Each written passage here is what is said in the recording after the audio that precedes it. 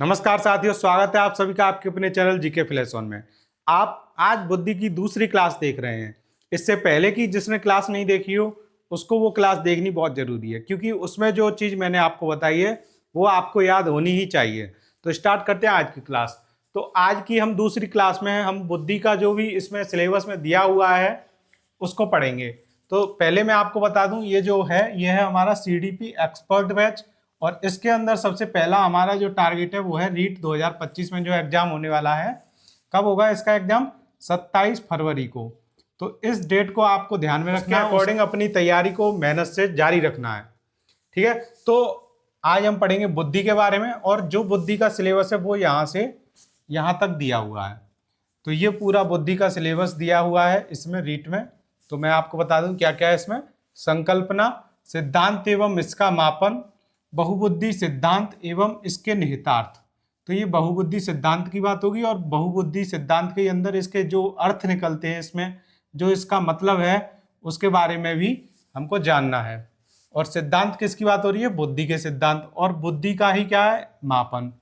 तो ये सारी चीजें बुद्धि के बारे में हमको पढ़नी है, और हमारा रीट से रिलेटेड बुद्धि के जितने भी क्वेश्चन है वो इसमें से ही आएंगे।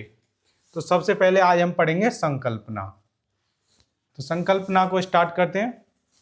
सबसे पहले मैंने लिखा है संकल्पना के अंदर क्या चीज होती है कि बुद्धि क्या है, यानी बुद्धि के बारे में जानना है हमको।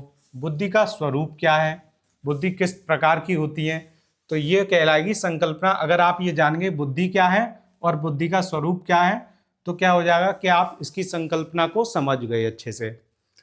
अब स्टार्ट करते हैं। तो बुद्धि क्या है उसके बारे में सबसे पहले हम देखेंगे। बुद्धि के सभी मानक सापेक्ष हैं, ना कि निरपेक्ष। तो बुद्धि के जितने भी मानक हैं वो क्या हैं? सापेक्ष हैं। आपको ये ध्यान में रखना है, सापेक्ष यानी एक दूसरे से संबंधित, जैसे कि उनमें जो तुलना की जा सके। इसलिए इससे आगे इस चीज से जुड़ा हुआ, क्योंकि बुद्धि के मानक जो है वो सापेक्ष हैं, तो उसकी वजह से क्या होगा? इसीलिए एक परिस्थिति में बुद्धिमान माना जाने वाला व्यक्ति दूसरी परिस्थिति में मूर्ख माना जाता है। तो जो बुद्धि के मानक है वो क्या है? सापेक्ष है। इसलिए क्या होगा? एक परिस्थिति में कोई व्यक्ति बुद्धिमान माना जा रहा है, उसी को दूसरी परिस्थिति में मूर्ख भी माना जा सकता है। सिर्फ और सिर्फ इसका कारण क्या है? मानक सापेक्ष हैं, जो कि बुद्धि के जितने भी सभी मानक हैं। ठीक है, तो उदाहरण से हम समझेंगे। सबसे पहला उदाहरण, ग्रामीण व्यक्ति शहर में और शहरी व्यक्ति गांव में। ग्रामीण व्यक्ति शहर में और शहरी व्यक्ति गांव में। कैसे समझते हैं अभी? ग्रामीण व्यक्ति शहर में, शहरी गांव में। तो अब आप इससे क्या समझ सकते हैं वो आप खुद से अंदाजा लगाइए। अब फिर मैं आपको बताता हूं। तो देखिए, ग्रामीण व्यक्ति अगर शहर में जाएगा तो काफ़ी ऐसी चीज़ें होती हैं, जैसे लिफ्ट से चलना और जो सीढ़ी होती है उस पर चलना। ये बहुत सारी ऐसी चीज़ें होती हैं जिनको वो नहीं जानते हैं। तो जब वो शहर में आता है तो शहरी व्यक्ति उन्हें क्या समझते हैं? मूर्ख समझते हैं कि इसको तो कुछ नहीं पता। अब ये क्या है? ये बुद्धि के मानक ही तो हैं। वो मानक देख रहे हैं, उनके मानक क्या है कि कितनी ज़्यादा टेक्नोलॉजी आती है। जबकि गांव में मानक क्या है बुद्धि को मापने के? गांव में जाते हैं जब कोई शहरी व्यक्ति, तो वो कहते हैं ये किसकी खेती है? गेहूं और धान में फर्क नहीं बता पाते, गेहूं और जौ में फर्क नहीं बता पाते, सरसों की फसल, मक्का की फसल, बाजरा की फसल, इनमें फर्क नहीं बता पाते जब वो शुरुआत में फसल आती है। जबकि गांव का व्यक्ति देखते ही बता सकता है कि ये किसकी फसल है। तो इस तरह से गांव के व्यक्ति शहरी व्यक्ति को गांव में मूर्ख समझते हैं, जबकि ग्रामीण व्यक्ति को शहर में मूर्ख समझते हैं। तो ये सिर्फ और सिर्फ इसलिए है क्योंकि बुद्धि के जो सभी मानक हैं वो क्या है? सापेक्ष हैं। अपने अपने अनुसार वो तुलना करते हैं कि जब देखिए ये हमारे गांव में आया है, तो वो तो अपने अकॉर्डिंग देखेंगे शहरी व्यक्ति को, जबकि शहर वाले व्यक्ति ग्रामीण व्यक्ति को अपने अकॉर्डिंग देखेंगे। तो ये इसका एक उदाहरण है सबसे अच्छा। दूसरा, किसी बच्चे का गणित अच्छा है लेकिन उसको कला नहीं आती। गणित अच्छा है, कला नहीं आती, तो क्या है? अब देखिए, किसी का गणित बहुत अच्छा है, वो मैथ में काफ़ी अच्छा है, लेकिन उसको कला नहीं आती। तो अब गणित वाले बच्चे से कोई कला बनवाएगा ड्राइंग में, तो काफ़ी बच्चे जिनको कला आती है वो हंसी उड़ाएंगे उसकी कि देखिए इस पे एक आम नहीं बन रहा है, इस पे एक सेब नहीं बन रहा है। ऐसे ही जब कोई क्वेश्चन होता है सरल सा, उसको कला वाले स्टूडेंट जो जिनको ड्राइंग बहुत पसंद है लेकिन उनको गणित नहीं आता है, तो वो क्या करेंगे, वो कोई भी सरल सा सवाल नहीं कर पाएंगे तो गणित वाले बच्चे उनको मूर्ख समझेंगे, जबकि अपने अपने क्षेत्र में हर एक कोई होशियार है। इन्हीं के आधार पर देखिए कुछ मनोवैज्ञानिकों ने बुद्धि को समस्या समाधान की योग्यता माना है, कि जो समस्या समाधान की योग्यता होगी वो क्या है, बुद्धि को परिभाषित करेगी। कुछ ने क्या माना है, अमूर्त चिंतन की क्षमता। अमूर्त चिंतन क्या होता है, जो हमें दिखाई नहीं देता है, यानी कि इमेजिनरी।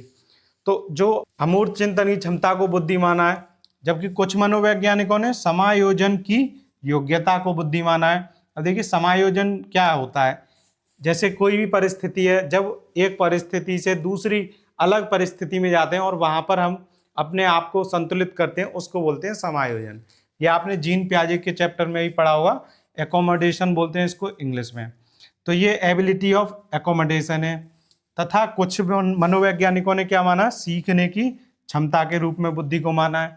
अब इन्हीं के आधार पर आपसे पेपर में सीधे सीधे क्वेश्चन पूछ लिया जाएगा कि समस्या समाधान के रूप में किसने माना है, अमूर्त चिंतन की क्षमता में किसने माना है, समायोजन की योग्यता में किसने माना है, सीखने की क्षमता में किसने माना है।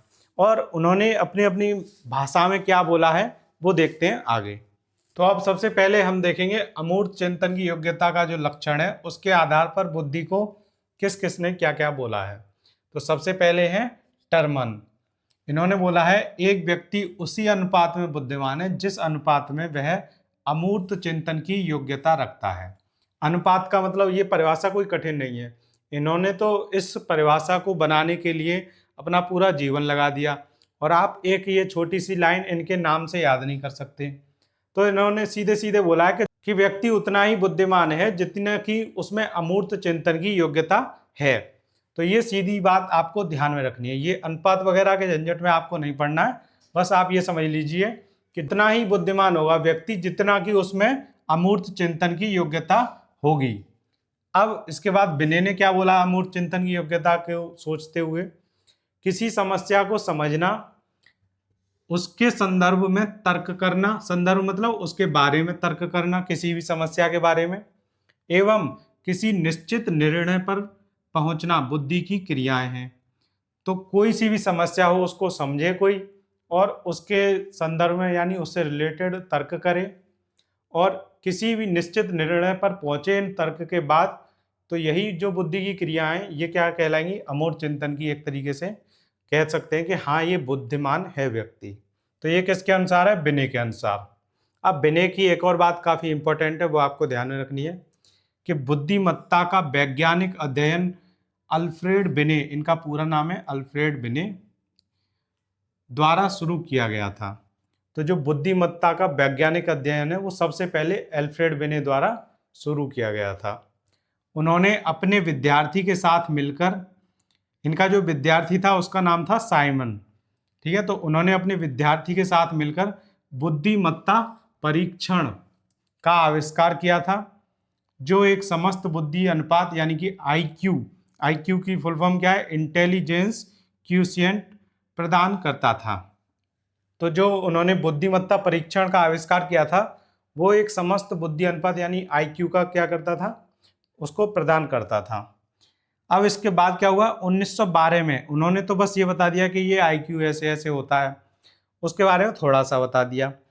लेकिन 1912 में विलियम स्टर्न, क्या नाम है, विलियम स्टर्न ने बुद्धिमत्ता अनुपात यानी कि आईक्यू की अवधारणा दी। तो इन्होंने पूरे आईक्यू की अवधारणा दे दी, पूरा कॉन्सेप्ट दे दिया आईक्यू का, जो बिने ने आविष्कार किया था उसी के आधार पर। तो क्या दिया था इन्होंने, आईक्यू बराबर मानसिक योग्यता अपॉन वास्तविक आयु गुणा 100, तो ये कहलाएगा आईक्यू। तो आपको ये सूत्र तो याद ही होगा, आपने सबने बीएड में डीएलएड में ये वाला सूत्र पढ़ाई होगा आईक्यू। तो ये किसने दिया था आईक्यू का सूत्र, इनका नाम है विलियम स्टर्न। इसके बाद भी इसमें जो इन्होंने संशोधन किया था बिने के आधार पर, तो वो आगे पढ़ेंगे हम। अभी पहले आप इतना ध्यान रखिए कि जो मेन है रीट में देखना, आप छोटे छोटे पॉइंट आपको क्वेश्चन के रूप में देखने को मिलेंगे।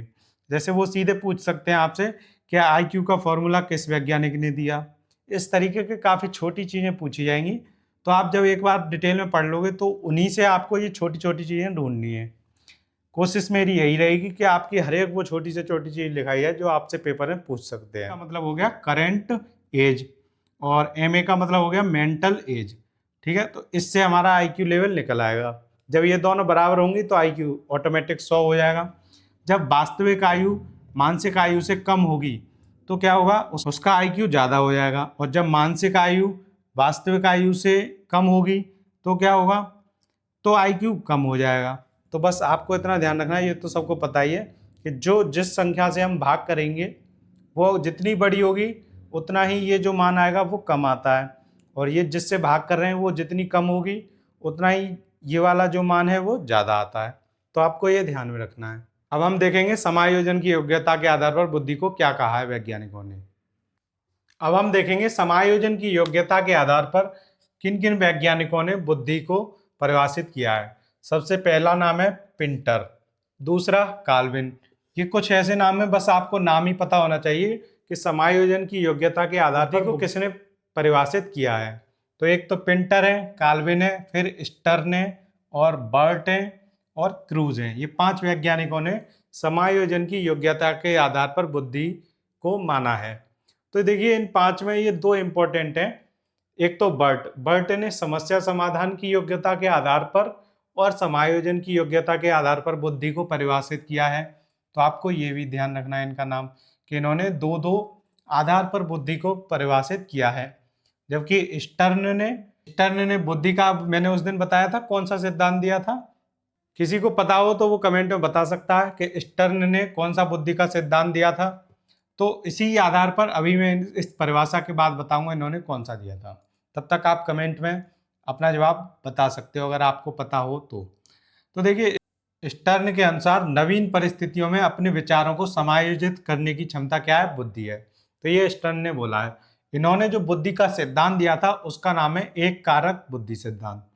ठीक है, तो इन्होंने जो एक कारक बुद्धि का सिद्धांत दिया था स्टर्न ने, तो आपको ये ध्यान रखना है। मैंने आपको बताया है कि जो एक कारक बुद्धि का सिद्धांत है वो स्टर्न से पहले किसने दिया था, बिने ने, उसके बाद टर्मेन ने और फिर स्टर्न ने।